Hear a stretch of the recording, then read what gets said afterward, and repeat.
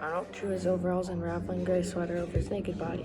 In the other narrow bed, his brother Eugene went on sleeping, undisturbed by the alarm clock's rusty ring. Arnold, watching his brother sleeping, felt a peculiar dismay. He was 9, 6 years younger than his Eugene, and in their waking hours, it was he who was subordinate. To dispel emphatically his uneasy advantage over his sleeping brother, he threw himself on the hump of Eugene's body. Get up, he cried. Arnold felt his brother twist away and saw the blankets lifted in a great wing, and all in an instant he was lying on his back under the covers with only his face showing like a baby. And Eugene was sprawled on top of him. "What's the matter with you?" asked Eugene in sleepy anger, his face hanging close. "Get up," Arnold repeated. "You said you'd pick peas with me." Stupidly, Eugene gazed around the room as if to see if morning had come into it yet. Arnold began to laugh deliriously, making soft snorting noises, and was thrown off the bed. He got up from the floor and went down the stairs, the laughter continuing like hiccups against his will. But when he opened the staircase door and entered the parlor, Bee hunched up his shoulders and was quiet because his parents slept in the bedroom downstairs. Arnold lifted his .22 caliber rifle from the rack on the kitchen wall. It was an old lever-action Winchester that his father had given him because nobody else used it anymore. On their way down to the garden, he and Eugene would go by the lake, and if there were any ducks on it, he'd take a shot at them. Standing on the stool before the cupboard, he searched on the top shelf in a confusion of medicines and ointments for man and beast, and found a small yellow box of 22mm cartridges. Oh my gosh. Then he sat down on the stool and began to load his gun. It was cold in the kitchen so early, but later in the day when his mother canned the peas, the heat from the wood stove would be almost unbearable.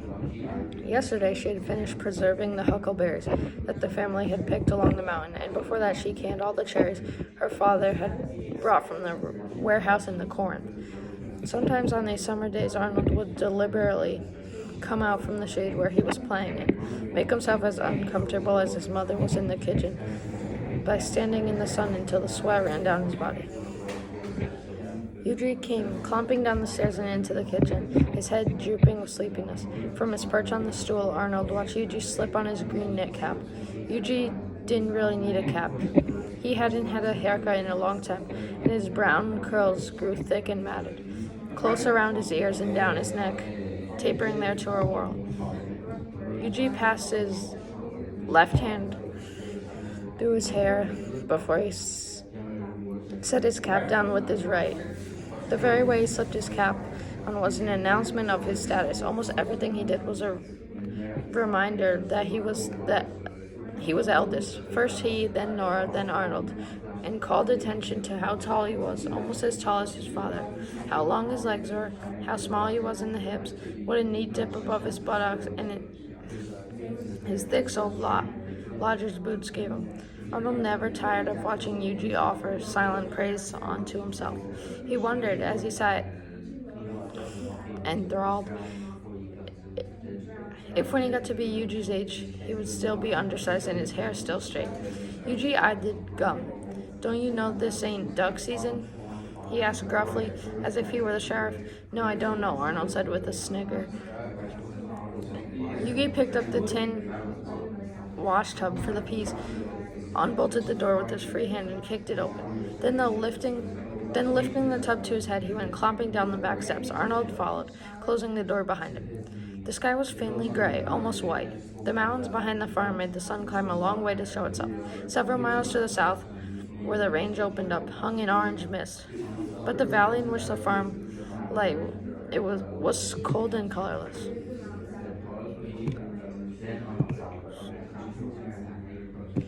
Eugene opened the gate to the yard, and the boys passed between the barn and the row of chicken houses, their feet stirring up the carpet of brown feathers dropped by the molting chickens. They paused before going down the slope to the lake. A fluky morning wind ran among the shocks of wheat that covered the slope. It sent a shimmer northward across the lake, gently moving the rushes that formed an island in the center. Killdeer, their white markings flashing, skimmed the water, crying their shrill, sweet cry. And there at the south end of the lake were 4 wild ducks, swimming out from the willows into open water. Arnold followed Yuji down the slope, stealing as his brother did from one shock of weed to another. Yuji paused before climbing through the wire fence that divided the wheat field from the marshy pasture around the lake. They were screened from the ducks by the willows along the lake's edge. "If you hit your duck, you want me to go in after it?" Yuji said. "If you want," Arnold said. Yuji lowered his eyelids, leaving silts of mocking blue. "You drowned before you got to it. Them legs of yours are so puny," he said. He shoved the tub under the fence and, pressing down the center wire, climbed through into the pasture. Arnold pressed down the bottom wire, thrust a leg through, and leaned forward to bring the other leg after. His right foot caught on the wire and he jerked at it. The air was rocked by the sound of the shot. Feeling foolish, he lifted his face, bearing it to an expected shower of derision from his brother. But Yuji did not turn around. Instead, from his crouching position, he fell to his knees, then pitched forward onto his face. The ducks rose up, crying from the lake, cleared the mountain background, and beat away northward across the pale sky. Arnold squatted beside his brother. Yuji seemed to be climbing the earth, as if the earth ran up and down. And when he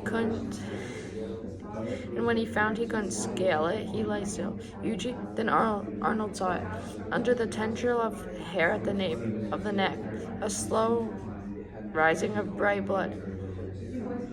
It had an obnoxious movement like that of a parasite. Movement. "Hey, Yuji," he said again. He was feeling the same discomfort he had felt when he had watched Yuji sleeping. His brother didn't know that he was lying face down in the pasture. Again he said, "Hey, Yuji," an anxious nudge in his voice, but Yuji was as still as the morning about them. Arnold set his rifle on the ground and stood up. He picked up the tub and, dragging it behind him, walked along the willows to the garden fence and climbed through. He went down his knees among the tangled vines. The pods were cold with the night, but his hands were strange to him, and not until some time had passed did he realize the pods were numbing his fingers. He picked from the top of the vine first, then lifted the vine to look underneath for pods, then moved on to the next. It was a warmth on his back, like a large hand laid firmly there, that had made him raise his head. Way up the slope, the gray farmhouse was struck by the sun. While his head had been bent, the land had grown bright around him. When he got up, his legs were so stiff that he had to go down on his knees again to ease the pain. Then, walking sideways, he dragged the tub half full of peas up the slope. The kitchen was warm now. A fire was roasting in the stove with the closed-up rushing sound. His mother was spooning eggs from a pot of boiling water and putting them into a bowl. Her short brown hair was uncombed and fell forward across her eyes as she bent her head. Nora was lifting a frying pan full of trout from the stove, holding the handle with the dish towel. His father had just come in from bringing the cows from the north pasture to the barn and was sitting on the stool, unbuttoning his red plaid mackintosh. "Did you boys fill the tub?" his mother asked. "They ought have by now," the father said. "They went out of the house an hour ago. Yuji woke me up coming downstairs. I heard you shooting. Did you get a duck?" "No," Arnold said. They would want to know why Yuji wasn't coming in for breakfast, he thought. "Yuji's dead," he told them. They stared at him. The pitch cracked in the stove. "You kids playing a joke?" his father asked. "Where's Eugene?" his mother asked scoldingly. She wanted. Arnold knew to see his eyes. And when he glanced at her, she put the bowl and spoon down on the stove and walked past him. His father stood up and went out the door after her. Nora followed them with little skipping steps, as if afraid to be left alone. Arnold went into the barn, down along the foddering passage past the cows waiting to be milked, and climbed into the loft.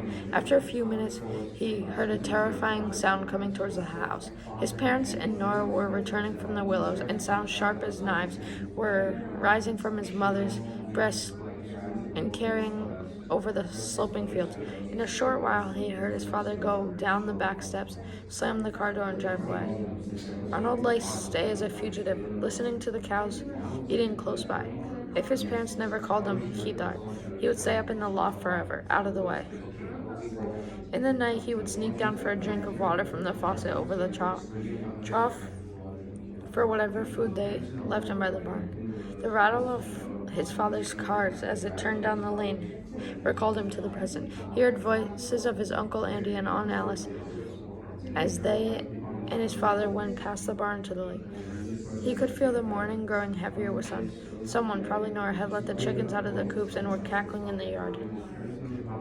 After a while, another car turned down the road off the highway. The car drew to a stop, and he heard the voices of strange men. The men also went past the barn and down to the lake. The undertakers, whom his father must have phoned from Uncle Andy's house, had arrived from the Corinth. Then he heard everybody come back and heard the car turn around and leave. "Arnold!" It was his father calling him from the yard. He climbed down the ladder and went out into the sun, picking wisps of hay from his overalls. Corinth, 9 miles away, was the county seat. Arnold sat in the front seat of the old Ford between his father, who was driving, and Uncle Andy. No one spoke. Uncle Andy was his mother's brother, and he had been found fond of Eugene because Eugene had resembled him. Andy had taken Eugene hunting and had given him a knife and a lot of things. And now Andy, his eyes narrowed, sat tall and stiff beside Arnold. Arnold's father parked the car before the courthouse. It was a 2-story brick building with a lamp on each side of the bottom step. They went up the wide stone steps, Arnold and his father going first, and entered the darkly paneled hallway. The shirt-sleeved man in the sheriff's office said that the sheriff was at Carlson's parlor examining the Kerwin boy. Andy went off to get the sheriff while Arnold and his father waited on a bench in the corridor.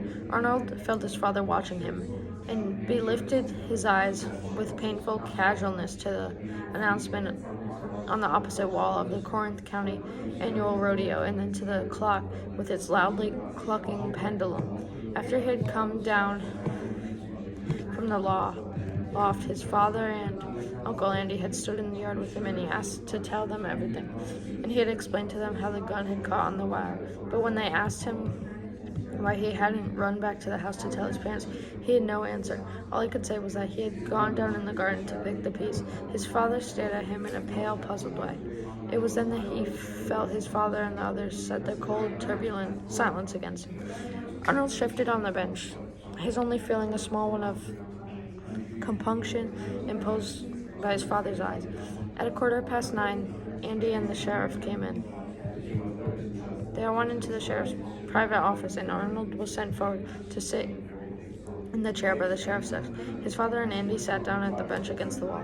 The sheriff lumped down into his swell chair and swung towards Arnold. He was an old man with white hair like wheat stubble. His restless green eyes made him seem not to be in his office, but to hurrying and bobbing around somewhere else. "What did you say your name was?" the sheriff asked Arnold. He replied, but he could not remember telling the sheriff his name before. "Kerwin?" "Yes." "What were you doing with the .22, Arnold?" "It's mine," he said. "Okay." "What were you going to shoot?" "Some ducks," he replied. "Out of season?" He nodded. "Were you and your brother good friends?" What did he mean, good friends? Eugene was his brother. That was different from a friend, Arnold thought.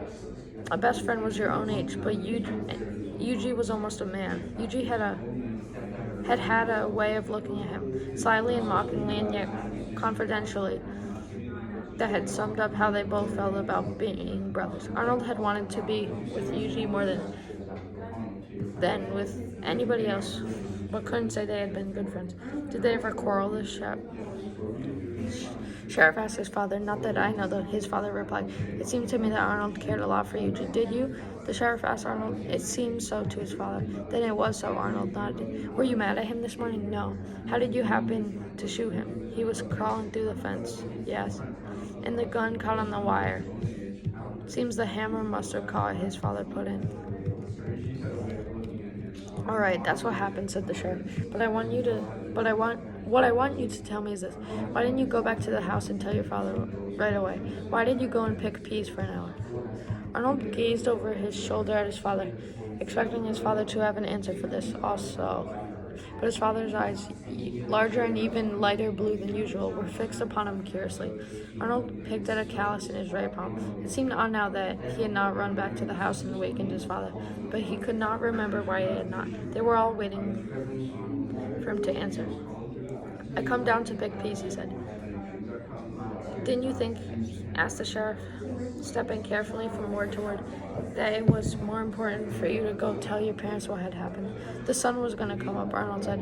"What's that got to do with it? It's better to pick peas while they're cool." The sheriff swung away from him, laid both hands flat on his desk. "Well, all I can say is," he said across to Arnold's father and Uncle Andy, "he's either a moron or he's so reasonable that he's way ahead of us." He gave a challenging snort. "It's come to my notice that the most reasonable guys are mean ones. They don't feel nothing."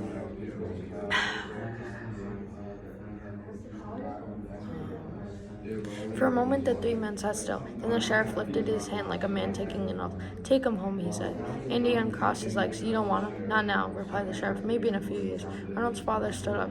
He held his hat against his chest. "This gun ain't his no more." He smiled wanly. Arnold went first through the hallway, hearing behind him the heels of his father and Uncle Andy striking the floorboards. He went down the steps ahead of them and climbed into the back seat of the car. Andy paused as he was getting into the front seat and gazed back at Arnold, and Arnold saw that his uncle's eyes had absorbed the knowingness from the sheriff's eyes.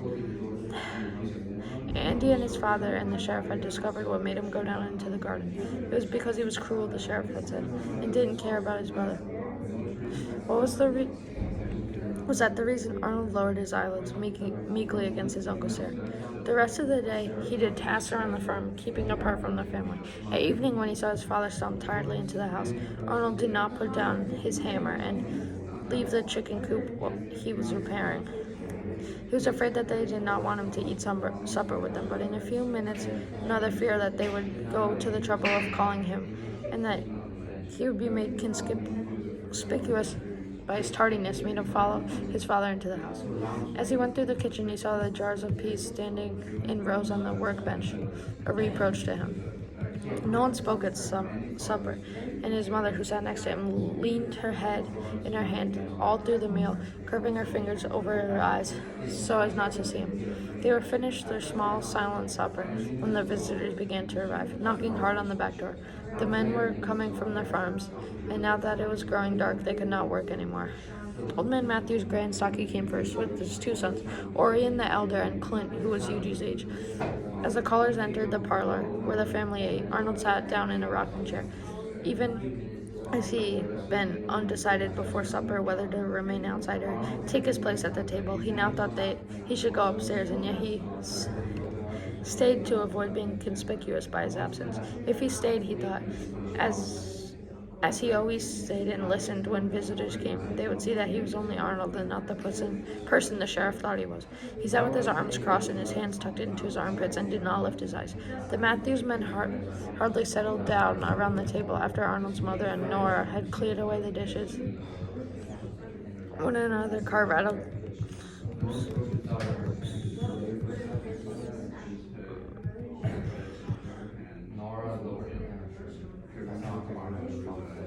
down the road and someone else rapped on the back door. This time it was a Sullivan, a spare and sandy man, so nimble of gesture and expression that Arnold had never been able to catch more than a few of his meanings. Sullivan in dusty jeans sat down in the other rocker, shot out his skinny legs, and began to talk in his fast way, recalling everything that Eugene had ever said to him. The other men interrupted to tell of occasions they remembered, and after a time, Clint's young voice, hoarse like Eugene's had been, broke in to tell about the time that Eugene had beat him in a wrestling match.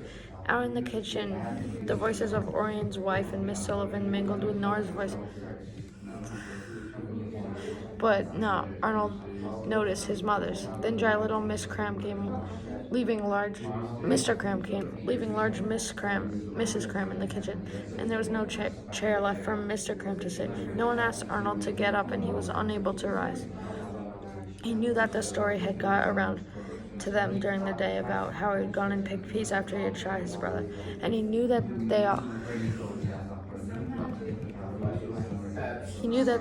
although they were only talking about Eugene, they were thinking about him, and if he got up, if he even moved his foot, they would all be alerted. Then Uncle Andy arrived and leaned his tall, lanky body against the door jamb, and there were two men standing. Presently, Arnold was aware that the talk had stopped. He knew without looking up that the men were watching him. Not a tear in his eye. said Andy, and Arnold knew that this was his uncle who had gestured the men to attention. "He don't give a who, is that how it goes?" asked Sullivan chirpingly. "He's a reasonable fellow," Andy explained. "That's what the sheriff said. It's us who ain't reasonable. If we'd offshot his brother, we'd come running back to the house like a baby." "Well, we'd have been unreasonable. What would have been the use of acting like that? If your brother is shot dead, he's shot dead. What's the use of getting emotional about it? The thing to do is go down to the garden and pick peas, am I right?" The men around the room shifted their heavy, satisfying weight of unreasonableness.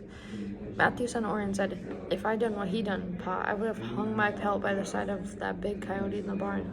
Arnold sat in the rocker until the last man had filed out, while his family was out in the kitchen bidding the callers goodnight, and the cars were driving away down the lane to the highway. He picked up one of the kerosene lamps and slipped quickly up the stairs. In his room, he undressed by lamplight, although he and Eugene had always undressed in the dark. And not until he was lying in his bed did he blow out the flame. He felt nothing, not any grief. There was only some immense silence, and crawling inside of him, it was the only way the house and fields felt under a merciless sun. He awoke suddenly. He knew his father was out in the yard closing the doors of chicken houses so that the chickens could not roam out too early and fall prey to the coyotes that came down from the mountains at daybreak. The sound that had wakened him was the step of his father as he got up from the rocker and went down the back steps, and he knew that his mother was awake in her bed. Throwing off the covers, he rose swiftly, went down the stairs, across the dark parlor to his parents' room. He rapped on the door. "Mother?"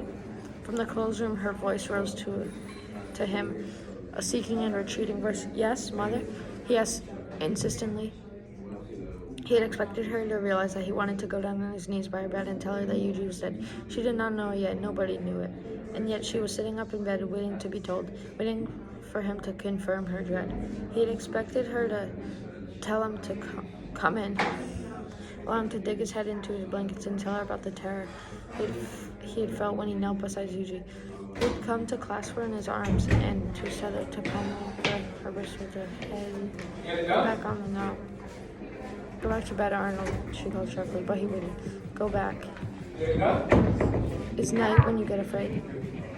At first he did not understand. Then silently he left the door for a stricken moment, stood by the rocker. Outside everything was still. The fences, the shocks of wheat seen through the window before him were so still, as if they moved and breathed in the daytime and fallen silent in the lateness of the hour. It was a silence that seemed to observe his father, a figure moving alone around the yard, his lantern casting a circle of light by his feet. In a few minutes his father would enter the dark house, the lantern still lighting its way.